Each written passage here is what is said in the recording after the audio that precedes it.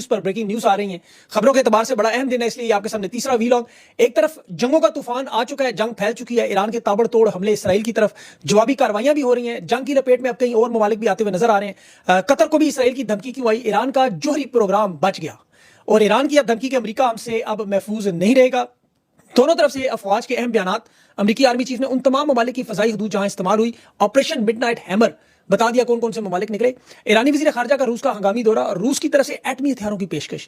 दुनिया में इस वक्त खौफ भी है, अमेरिका समेत इसराइल समेत उनकी शहरी गैर महफूज है। और डोनाल्ड ट्रंप के मुआखजे की तहरीक, अमेरिकी अरकान ईरान हमले पर डोनाल्ड ट्रंप को सरप्राइज देने लगे, नायब सदर उसमें सबसे आगे। और उसके साथ महंगाई का बहुत बड़ा तूफान, तेल की कीमतों में, स्टॉक मार्केट में, दुनिया की मईशत शदीद तरीन झटकों में। और पाकिस्तान में बड़ा अहम मामला खैबर पख्तूनख्वा की असेंबली तहलील होना, फाइनेंशियल इमरजेंसी लगेगी, बजट पास होगा, IMF किसका है, सियासी तनाव में, अदम इस्तेकाम में खैबर पख्तूनख्वा की आवाम, क्योंकि हालात आपके सामने। और अमेरिकी अखबार पॉलिटिको का दावा भांडा फोड़ दिया कि डोनाल्ड ट्रंप ने बुध वाले दिन ऐलान किया इस हमले का। बुध वाले दिन क्या हुआ, कौन मिला, ये आपको बताता हूँ। ईरान के इसराइल में मुसलसल हमले भी जारी हैं। खैबर शिकन मिसाइल धड़ाधड़ इस्तेमाल हो रहे हैं, ड्रोन कार्रवाइयां, और ये 21वीं बड़ी लहर जो इसराइल की तबाही के मनाजिर आपने तेल अवीव समेत तमाम बिल्डिंगों से नजर आ रहे हैं। और ईरान अभी ये दावा कर रहे हैं कि उन्होंने अपनी पूरी फौजी ताकत का मुजाहरा नहीं किया। अमेरिका ने तो देखे अपनी ताकत का पूरा मुजाहरा कर दिया। B-2 बॉम्बर, 125 जहाज, वो मैं आपको बताता हूँ आगे। अब गेंद ईरान की कोर्ट में। ईरान ने अभी अबनाए हरमज बंद करने का भी फैसला नहीं किया, आला जो उनकी सलामती कौंसिल उस पर फैसला छोड़ा है। और मुमकिन हमले की कार्रवाई के लिए इस वक्त पूरे अमेरिका के अलावा मिडिल ईस्ट में भी खौफ है। ईरानी कमांडर मोहम्मद बाकूर ने जो बात की है कि अभी पासदारान इनकलाब एरोस्पेस पर आज कार्रवाइयां करेंगी, पूरी रात आज बड़ी हैवी होगी। और एयरपोर्ट्स पर आपको पता है 2 F फाइटर जेट्स जो ईरान के, इसराइल ने उनके जनूबी ईरान में 8 मिसाइल मार के भी निशाना बनाया था। ईरान के मिलिट्री हेडक्वार्टर पर जमीन से जमीन मार करने वाले मिसाइल की स्ट्राइक भी की। लेकिन इसराइल को अभी तक ये यकीन नहीं आ रहा कि इनकी ईरान की जोहरी तनसीबात पर जो हमला हुआ वो क्यों नाकाम हुआ। वो कोशिश करें पूरी, ईरान के जो असले के डिपों पर भी हमले किए जा रहे हैं। जनूबी ईरान में ताज़ा तरीन हमले की इसराइल की जो फौजी कार्रवाइयां वो नजर आ रही हैं। इनकी कोशिश है जल्दी जल्दी इस जंग को लपेट लिया जाए। जो जुज़वी कामयाबी इन्हें मिली है फेस सेविंग की, उसे कायम रखा जाए। और जो 57 इस्लामी ममालिक है उन पर उनका फौजी ताकत और दबदबा कायम रहे। लेकिन बदकिस्मती से दोनों नाकाम हो गए। और इसका फायदा किसको हुआ? ईरान को। इसका फायदा किसको हुआ? फलस्तीन को। फायदा हुआ रूस को। अब इसराइल और अमेरिका आपको पता है दोनों ईरान से लड़े, रजीम चेंज ऑपरेशन करना चाह रहे थे, और दूसरा ईरान की मिलिट्री तनसीबात तबाह करनी थी, न्यूक्लियर प्रोग्राम से रोकने का। ये इनका सबसे बड़ा मुद्दा था और इसमें दोनों में वो बुरी तरह नाकाम हुए। जो मिलिट्री तनसीबात पर इन्होंने हमला किया, सॉरी जो जोहरी तनसीबात पर, वो तस्वीर सैटेलाइट इमेज से सामने आई। फरोदो की साइट वहीं नजर आ रही है, उसके इर्द गिर्द नुकसान जरूर नजर आ रहा है, लेकिन ईरान ने पहले ही कह दिया काबिल मुरम्मत नुकसान है। अब जहां तक रजीम चेंज का ताल्लुक है, अमेरिका को उसमें बड़ी बुरी तरह नाकामी हुई। इन्होंने ईरान को इराक समझकर, लिबिया समझकर, शाम समझकर माजी की गलती दोहराई। इन्हें अंदाजा नहीं था मिस कैलकुलेशन होगी, जो अक्सर रजीम चेंज ऑपरेशन में होते, जैसे इमरान खान के केस में आपने देखा था। ये मौजूदा हमलों की वजह से ईरान का न सिर्फ सियासी निजाम बच गया, बल्कि पहले से ज्यादा मजबूत हो गया। पहले फिर 5-10% लोग ऐसे थे जो मौजूदा निजाम पर आपको पता है मुखालफत करते थे। इसराइल के हमलों की वजह से, उनसे नफरत की वजह से और अमेरिका के बीच में शिरकत की वजह से अब उनका इस सियासी निजाम पर एतमाद बढ़ गया। और फिर ईरान ने जो अपनी न्यूक्लियर तनसीबात बचाकर ये जो हमलों के जवाब दिए, उनकी फौजी ताकत का लोहा भी मान गई दुनिया। उन्होंने दावा किया हमारा प्रोग्राम जारी रहेगा, और अगर सुप्रीम लीडर पर हमले की कोशिश की, उन्होंने कहा तो फिर हमें मजबूर करेंगे, हम अमेरिका को जहन्नम बना देंगे। ये जो ताज़ा तरीन अभी आपको पता है हमले के बाद ईरानी वज़ीर ख़ारजा ने प्रेस कॉन्फ्रेंस की। उन्होंने कहा एक तो ये सेल्फ डिफेंस के तहत अक़वाम मुत्तहिदा की चार्टर हमें हक़ दिफा की शिक दे रही है कि हम अमेरिका पर अब जवाबी हमले का हक रखते हैं। अमेरिकी सदर ने जो ईरान से और अपनी कौम से दोनों से गद्दारी की, सफारतकारी को तबाह किया। और ये पहले भी कहा था यहूद और नसारा आपस में दोस्त है। इसराइल के फौजी तर्जमान और अमेरिका तस्दीक कर रहे हैं कि ईरान पर हमले में अमेरिका और इसराइल की मुश्तरका कोशिश थी। अब इस मुश्तरका कोशिश की वजह से ईरान भी एक मुश्तरका कोशिश करने जा रहा है रूस के साथ। कल जा रहे हैं वज़ीर ख़ारजा उसके वहाँ पुतिन के साथ मिलने। उन्होंने कहा ये हमारी बड़ी संजीदा गुफ्तगू है, अगर अमेरिका इसराइल ये गंदा काम करने को तैयार है तो अब हम हर हद क्रॉस करेंगे। उन्होंने हमारी रेड लाइन क्रॉस कर दी है, हमारी जोहरी तनसीबात पर जो हमला हुआ, अब हमारी बारी है। और देखा गया कि ईरान ने जितनी दफ़ा कहा उतनी दफ़ा ताकत का जवाब दिया। अब उसने वज़ीर ख़ारजा ने कहा कि सफारतकारी का कोई रास्ता नहीं है, और सफारतकारी का जो हमसे मुतालबा कर रहे हैं वो बेबुनियाद मुतालबा है, हमारे साथ धोखा हुआ है। और रूस के जो सरकारी तर्जुमान है उसकी तरफ से बहुत बड़ी स्टेटमेंट, वज़ीर ख़ारजा भी।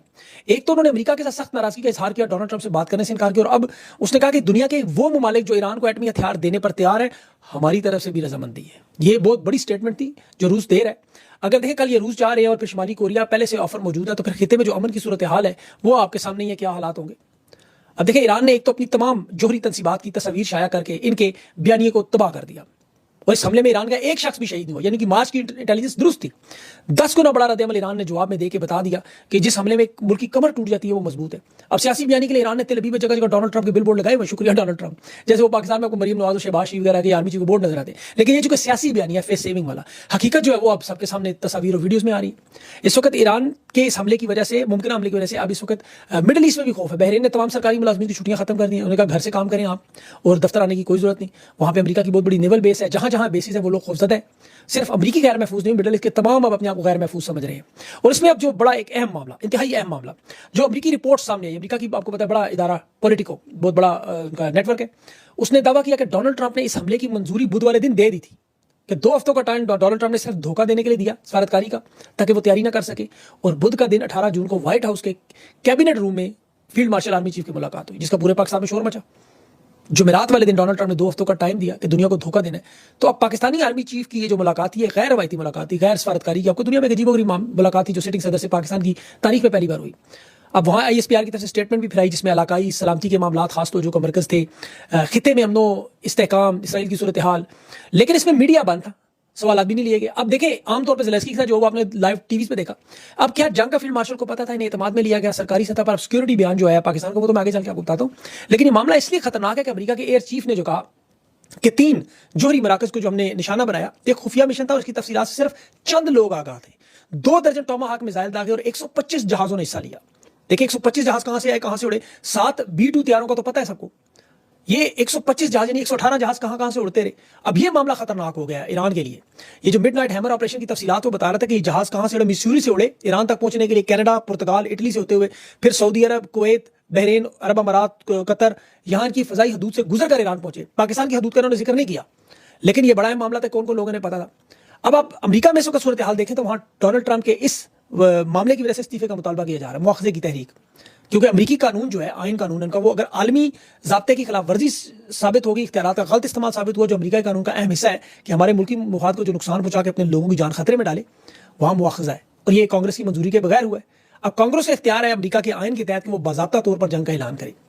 अमरीकी सदर के पास ये इख्तियार जरूर है कि वो महदूद फौजी कार्रवाई करके इजाज़त दे सकता है, लेकिन अगर ईरान पर हमले में ये शराइत पूरी ना हुई तो ये गैर आइनी हमला तस्वर किया जाएगा, जिस पर अमेरिका में इस वक्त मामला शुरू हो गया। एहतजाज लोग वहां सड़कों पे भी कर रहे हैं और उनकी कांग्रेस में भी। डोनाल्ड ट्रंप मुश्किल का शिकार है। अभी अमेरिका के डिफेंस सेक्रेटरी ने कहा है कि ये जंग हम तो रजीम चेंज के लिए नहीं कर रहे, हालांकि इसराइल ने पहले दिन से ये बात की हमारी ये जंग इस रजीम चेंज के लिए। अमेरिकी चेयरमैन जो जॉइंट चीफ ऑफ स्टाफ, उसने कहा एटमी तनसीबात पर जो हमला था ये हमने वहां की हुकूमत पर नहीं किया। तो अब जो नायब सदर JD वेंस वगैरह जो ख्वाब भी देख रहे सदर बनने के, वो कह रहे हैं ईरान से हमारे बड़े जबरदस्त ताल्लुकात है, हमारा तो कोई तनाज़ा ही नहीं है, हम तो वहाँ की हुकूमत गिराना ही नहीं चाहते। ये सिर्फ न्यूक्लियर प्रोग्राम की हद तक बात थी और ज़मीनी फौज नहीं भेजे। अब मतलब आप खुद इनके अंदाजा कर लें कि सिचुएशन अमेरिका में क्या है। उनकी तरफ से खैर बात अब मानता ही कोई नहीं है, एतमाद नहीं रहा। और इन मौजूदा हमलों में दुनिया में 2 ममालिक, एक भारत का रद्द-ए-अमल बड़ा अजीब आया। नरेंद्र मोदी ने ईरानी सदर को फ़ोन भी कर दिया, अफसोस भी की, तशवीश भी की, साथ मुज़ाकरात की बात भी, खिते में अमन की बात। ये हैरानकुन मामला इसलिए मुझे नजर आया कि आप हालिया OIC का इजलास देखें तो उसमें भारत को तो शामिल नहीं किया गया था। वहाँ पर तो सारे हमारे मुसलमान बरादर मुल्क थे, बरादरान यूसुफ की तरह के। वज़ीर ख़ारजा से ईरान के मिलने से सारे कन्नी कतरा रहे थे, हाथ नहीं मिला रहे थे कैमरे के सामने।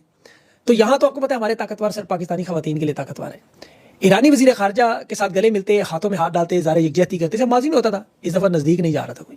तो भारत की तरफ से डायरेक्ट ईरानी सदर को फ़ोन करना, ये बहुत बड़ी मेरे ख्याल है भारत ने गेम की है। उसकी वजह देखें, नरेंद्र मोदी, डोनाल्ड ट्रंप का पैगाम मिला था तुम भी आओ इस मीटिंग में, तुम्हें बताएं हमला करें, वो नहीं आया। भारत की इसराइल से बड़े मजबूत अलग ताल्लुकात है और ये हिकमत अमली इनका मजबूत स्टांस बता रही है कि एक तरफ वो इसराइल से अपने ताल्लुकात भी रखेंगे तो दूसरी तरफ ईरान के साथ भी मुज़ाकरात की दावत देते रहेंगे, ताकि वो खिते में एक अमन के सफारतकार के तौर पर। ये इमरान खान की पॉलिसी आपको याद होगा, वो किसी की साइड नहीं लेते थे और बड़े तनाज़ात में, खास तौर पर इस तरह के मामलों में जो मजबूत कैरेक्टर लोग या मुल्क होते हैं वो ऐसी ही बात करते हैं। छोटे मोटे आपको टानी मांडी, वो कभी अमेरिका कैंप में घुस जाते, कभी रूस के कैंप में घुस गए, कभी चीन के कैंप में, कभी अरब दुनिया में, कभी तुर्की में, वो थाली के बैंगन की तरह लुढ़कते ही रहते हैं, क्योंकि उन बेचारों की कोई औकात नहीं होती। उन्हें कर्जा चाहिए, भीख चाहिए, इमदाद चाहिए। अभी आप शहबाज शरीफ की कॉल देखें, ईरान के सदर को फोन किया और एक दफा फिर खड़ा होने का ऐलान कर दिया। एक तो मुझे इनकी समझ नहीं आती, इन्हें हाथ लगता है ये खड़ा हो जाते हैं। मतलब इमरान खान ने इनका नाम वैसे जो लेला और ये रखा है, वैसे वो फील्ड मार्शल साहब ने तो डायरेक्ट कुत्ता ही कह दिया था कि कुत्ता भी अगर वज़ीर आज़म हो तो उसकी सपोर्ट करनी चाहिए पाकिस्तान के लिए। तो बहरहाल इन्हें कोई संजीदा नहीं लेता। एटमी मुल्क होने के बावजूद ही हालत है। ये दुनिया का वाहिद मुल्क था कि जहां जिसने डोनाल्ड ट्रंप जैसे बंदे को अमन के नाम के लिए नामजद किया। अंदाजा करें, आपको एक मिसाल दूं, इसराइल आपको पता है जिसके लिए डोनाल्ड ट्रंप ने अपनी सदारत खतरे में डाली, अपने अमरीकी शहरियों को गैर महफूज कर दिया, अपने मुल्क में भूचाल मचा दिया, दुनिया की मैशत, अपने मुल्क की मैशत सब कुछ तबाह बर्बाद करने रिस्क पे लगा दिया। इसराइल ने डोनाल्ड ट्रंप को अमन के नाम के लिए नामजद नहीं किया। आप अंदाजा करें, जिसकी मैशत भी मजबूत, जिसकी फौजी ताकत भी मजबूत, जिसके पास बैनुल-अक़वामी अदालतों में असर और रसूख, जिसकी यूनिवर्सिटियों के बड़े बड़े प्रोफेसर मौजूद, बल्कि साबिक नोबल इनाम याफ्ता शख्सियात इसराइल में मौजूद, इनका कोई रुकन, कोई पार्लियामेंटेरियन वजीर या यूनिवर्सिटी का प्रोफेसर ही उठ के डोनाल्ड ट्रंप को नामजद कर सकता था। माजी में ऐसा हुआ है। इसराइल की जो दाएं बाजू की क़यादत है और लॉबी ग्रुप है वो बड़ा ताकतवर है इस मामले में, लेकिन उन्होंने डोनाल्ड ट्रंप को नोबल इनाम के लिए नामजद नहीं किया। पाकिस्तान के ताकतवरों ने मिलजुल के डोनाल्ड ट्रंप के नाम को नामजद कर दिया। और अफसोस की बात कि अभी जो ईरान पर ताज़ा तरीन अमेरिका का हमला हुआ, इसमें बजाय ये कहते हैं कि हम नोबल इनाम की नामजदगी वापस ले रहे हैं, जो उम्मीद की जा रही थी कि कहेंगे जी लेटर हुकूमत पाकिस्तान की तरफ जारी नहीं हुआ, ये जाली लेटर है, ISPR की प्रेस ब्रीफिंग आ जाएगी या कॉन्फ्रेंस आ जाएगी कि ये जी फेक मामला था, ये सरकारी तौर पर कोई तलक नहीं मरा। इन्होंने बजाय वो कहने के ये अड़ गए हैं जिद पे कि अब तो हमने नोबल इनाम डोनाल्ड ट्रंप को दिलवा के छोड़ना है। इनके हालात आपको पता है। अभी सिक्योरिटी जराए के हवाले से दावा ये कर रहे हैं, नाम नहीं ले रहे किसी का, कह रहे नाम मतलब आमतौर पे तो नाम आता है, लेकिन सिक्योरिटी जराए कि हमने कोई मिलिट्री बेस नहीं दी, हमने कोई फजाई मदद नहीं की, हमारा इसमें ईरान हमले में कोई किरदार हो सकता ना हो, बिल्कुल ना हो। लेकिन ईरान को जो खुदा न खासा कह रहे हैं नुकसान हुआ, तो इन्होंने कह देना, ऐलान कर देना जी, वो जिस तरह वसीम बदामी कह रहा था कि जब ताकत नहीं थी तो पंगा क्यों लिया। और अगर ईरान ने इसराइल को फड़का दिया तो फिर ये दावा करेंगे ये तो पाकिस्तान की फौज थी, ISI की मदद थी, हमारे मिसाइल थे, अंदरूनी खाना हमने जंग लड़ी, हमारा मार खोर था। ये तो ख्वाजा आसिफ 65-71 की तरह आपको ब्लंडर खोल देता है, वरना असल तो इनका बयानिया बन जाता है इसी तरह। इन्होंने तो कह देना, देखिए जी इनकी जो अस्करी टाउट है जी फील्ड मार्शल की हिकमत अमली कामयाब होगी। इनके साफी मौजूद है, उन्होंने टीवी पे चीखना चलाना है, चंद लोग मान भी लेंगे बात। बहरहाल इस हमले के बाद इस वक्त दुनिया में क्या सिचुएशन है? देखिए, सबसे पहले तो मैशत जो है वो सख्त तरीन झटके खा रही है। इतवार के दिन ईरान ने अभी अपनाए हरमस बंद नहीं किया, ये जरा याद रखिएगा। अभी सिर्फ बात की है तो 600 पॉइंट की डो जोन्स में कमी होगी। ब्रंट क्रूड की जो ऑयल है ब्रंट वो 11% उसमें इजाफा हुआ है, $77 बैरल पेट्रोल चला गया। यूरो, स्विस फ्रैंक, सोना, अमेरिकी बॉन्ड्स में देखें उसमें सरमाकारी में अचानक इजाफा हुआ है। उसकी मैं वजह बताता हूं, क्रिप्टो करेंसी के 5% शेयर गिर गए, बिटकॉइन 1% गिर गया। अब एशिया की जो मार्केट्स है वहां शदीद तरीन मंदी नजर आ रही है, यूरोप की मार्केट्स में मंदी नजर आ रही है, शेयर जो बुरी तरह गिरे हैं। महंगाई का जो दबाव अब तेल की कीमतों से होगा, क्योंकि जाहिर है देखिए पैदावारी खर्चात बढ़ेंगे। जो तरक्की पजीर ममालिक है जिसमें सर फहरिस्त बदकिस्मती से पाकिस्तान है। हमारे तो हालात इंपोर्ट वाले नहीं है, एक्सपोर्ट वाले नहीं है, हम तो import base economy. 40 lakh barrel तेल दरामद करते हैं। अब रुपए पर दबाव आना है, फिर सूद की शरह को बरकरार रखना मुश्किल होगा, फिर ज़र मुबादला के ज़खायर पर दबाव होगा, डॉलर का रेट कहाँ से कहाँ जाएगा। और फिर अभी जो सरमायाकार खौफजदा होकर अपना सरमाया निकाल रहे हैं, बॉन्ड मार्केट पे इसका बराह रास्त असर हो रहा है इस वक्त। फिर ये जो आपको पता है क्योंकि कॉस्ट बहुत ज़्यादा बढ़ जाएगी, मरकजी बैंक मजबूर होकर अपने रेट्स कम करेंगे। और अभी ओपेक को भी देखना है कि वो तेल की पैदावार को कम करते हैं, ज़्यादा करते हैं, ये ऐसे ही रहेगी। अगले हफ्ते आपको ये जो कल खुल रहा है JP मॉर्गन या गोल्डमैन सैक्स, वो उसकी सारी जो तफसीलात है मईशत के हवाले से वो आपको समझ आ जाएंगी, क्योंकि तेल की मंडियों में सरमायाकार खौफजदा है, इनकी ये गैर यकीनी सूरत हाल है। अब इसकी आपको जो अहम सूरत हाल 48 घंटे पाकिस्तान में क्यों अहम है? देखिए, बजट की मंजूरी है, 30 जून साल का आखिरी दिन है फाइनेंशियल ईयर, आखिरी दिन से पहले बजट मंजूर करवाना है। चारों सूबों का बजट पास होना अहम है, और वो तभी IMF की शर्त पूरी होनी है पैसों की। अली मीन गंडापुर ने 20 जून को, अभी 2 दिन पहले, स्टेटमेंट दी कि इमरान खान से मुलाकात अगर ना हुई, मुशावरत ना हुई, बजट पास नहीं होगा। वो इजलास तहलील करके 40-48 घंटों में असेंबली गिरा सकते हैं, और अभी तक इमरान खान से मुलाकात का कोई इम्कान नजर नहीं आ रहा। आर्टिकल 112 के तहत वज़ीर आला इजलास तहलील करने की दरख्वास्त करे तो 48 घंटों के अंदर हुकूमत गिर जाती है। फिर फाइनेंशियल इमरजेंसी हुकूमत लगा के अगर ये बजट पास करवाने की कोशिश करेगी, और पास ना, क्योंकि पास ना हो तो सरकारी शोबे की तनख्वाहें हैं, खराजात हैं, सूबा मुकम्मल गैर फाल हो जाएगा। तो बजट पर फिर IMF की हिदायत भी है कि इमरान खान से मुलाकात लाजमी है, लेकिन ताकतवर से जिद और अना समझ रहे हैं। उनका कहना मैं आपको बता देता हूँ, वो कहते हैं जी अडयाला जेल का कैदी इतना ताकतवर कि पाकिस्तान की मईशत के फैसले कर रहे हैं वहाँ बैठा हो। हम कहते हैं मुलाकात नहीं होती, हम उसके पंखा बंद कर दें, बिजली बंद कर दें, और वो बजट पास करेगा। अब उन्हें ये नहीं पता बैरूनी फंडिंग ही नहीं आनी। फिर IMF ने माली इमरजेंसी लगा के ये KP की हुकूमत तहलील होगी, और मौजूदा हालात में आपको पता है अगर ये तहलील होती है, सियासी अदम इस्तेहकाम आता है, तो जो तहरीक इंसाफ चलाने जा रही है वो बहुत बड़ा मामला हो जाएगा। मुझे लगता है डिक्टेटर अपने पैरों में हमेशा की तरह कुल्हाड़ी मार रहे हैं। ये जो ज़बरदस्ती ताकत से अरूज पर आते हैं ना, हर डिक्टेटर की कहानी पढ़े, उनके हालात इसी तरह के नीचे गिरते भी हैं। अब दुनिया की मईशत, पाकिस्तान के हालात आप देख लें, 12 करोड़ 40 लाख लोग खतरे गुर्बत से नीचे। ऐसा कुछ अभी जो मईशत और तूफान आएगा महंगाई का। अभी आप पंजाब की एक छोटी सी मिसाल आपको दे दूं, वीडियो और तरफ जा रही है। करप्शन की तबाही में ऑडिटर जनरल की रिपोर्ट पढ़ें आज की, हुकूमती अखराजात में 10 खरब, अरब नहीं 10 खरब पंजाब में खांचे मार दिए इन्होंने। संगीन बेज़ाब्तगियां, कमर्शियल बैंकों के साथ फ्रॉड, और मरियम नवाज ने बाबूजी और ताऊजी को भी पीछे छोड़ दिया 1 साल में। इस डूबते टाइटैनिक में हिस्सा लेकर निकल रहे, दाव लगा रहे हैं। अल्लाह ताला पाकिस्तान पे रहम करे, और ये जो मामला है इनको बेहतरी करिए, अल्लाह ही करेगा, उसको मौज होगा। जिस तरह के हालात चल रहे हैं आपको इंशाल्लाह अपडेट जरूर करता रहूँगा, जो हमारी जॉब है। अपना ख्याल रखिए, मुझे इजाज़त दें, अल्लाह हाफ़िज़।